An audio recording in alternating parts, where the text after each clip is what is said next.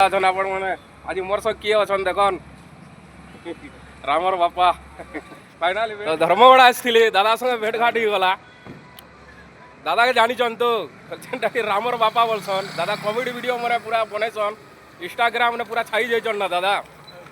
अरे दादा भल तो हाँ भल दादा।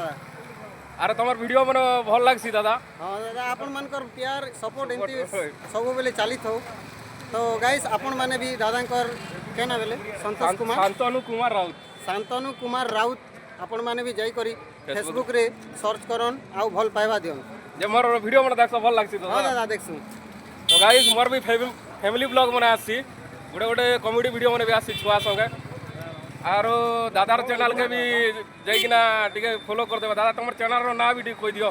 मोर चैनल रो ना होइछे थोड़े सुंदर ऑफिशियल।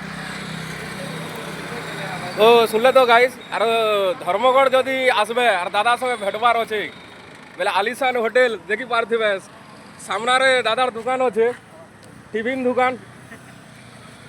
तो दादा संगे भेटबे आर दादार दुकान टिफिन भी खेबे बढ़िया बने सन दादार दुकान अबे आसिकिना खेली भल लागला पकड़ी खाई कर जीवे केनता लागबा कहबे संगे संग ओए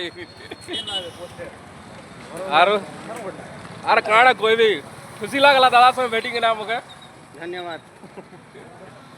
एंती सब दिन भल पाइबा थो हमर संग अछन हमर बुबा दे